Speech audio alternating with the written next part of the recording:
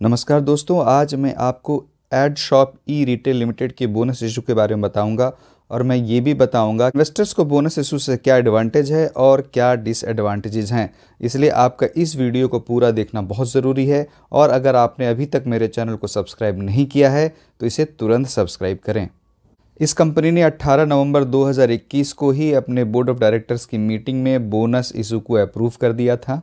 इस bonus issue का ratio 7:10 रखा गया है। मतलब रिकॉर्ड डेट पर अगर आपके पास 10 शेयर हैं तो आपको 7 शेयर बोनस की तरह मिल जाएंगे और आपके जो टोटल नंबर ऑफ शेयर हो जाएंगे वो 17 मतलब 17 हो जाएंगे।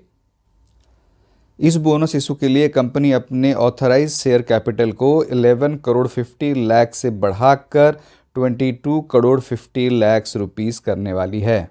इस बोनस इशू की रिकॉर्ड डेट की इंटीमेशन कल मतलब 30 दिसंबर 2021 को आई है। इस बोनस इशू का रिकॉर्ड डेट 7 जनवरी 2022 रखा गया है। इसका मतलब ये 6 जनवरी 2022 को एक्स डेट हो जाएगा और आपके लिए जो इम्पोर्टेंट डेट बनकर आ रहा है वो है 5 जनवरी। अगर आप एग्जिस्टिंग शेयर होल्डर हैं और आप इस बोनस इशू को चाहते हैं तो आपको कम से कम 5 जनवरी तक अपने शेयर को होल्ड कर रखना है। और अगर आप एग्जिस्टिंग शेयर होल्डर नहीं हैं और आप इस कंपनी की बोनस शेयर चाहते हैं तो आपको 5 जनवरी 2022 तक इस शेयर को बाई कर लेना है।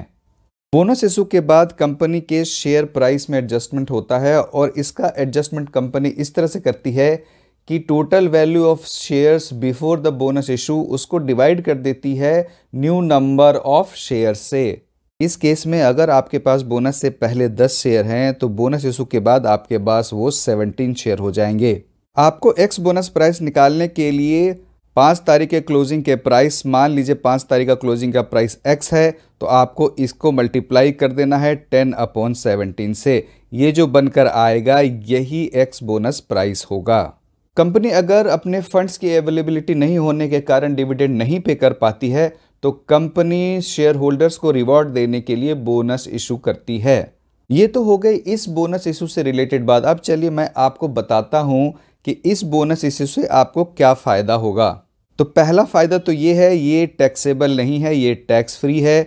दूसरा फ़ायदा ये है कि इस शेयर की लिक्विडिटी बढ़ जाती है क्योंकि जब शेयर्स मार्केट में ज़्यादा हो जाएंगे तो उसकी लिक्विडिटी भी बढ़ जाएगी।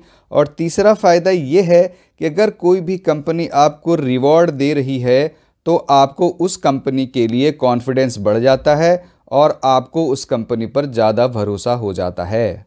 तो आपके लिए ये 3 मेजर एडवांटेजेस हैं। और अगर डिसएडवांटेजेस देखें तो कोई भी ऐसी बड़ी डिसएडवांटेज नहीं है। आपके लिए सिर्फ एक ही डिसएडवांटेज है, वो है इसका ईपीएस कम हो जाता है क्योंकि कंपनी की अर्निंग तो बढ़ती नहीं है मगर मार्केट में बोनस इशू के बाद शेयर की क्वांटिटी बढ़ जाती है, इसलिए उसका अर्निंग पर शेयर भी गिर जाता है। मुझे उम्मीद है कि ये वीडियो आपको पसंद आया होगा, तो आप इसे लाइक करें, अपनी फैमिली मेम्बर्स और फ्रेंड्स के साथ शेयर करें। धन्यवाद।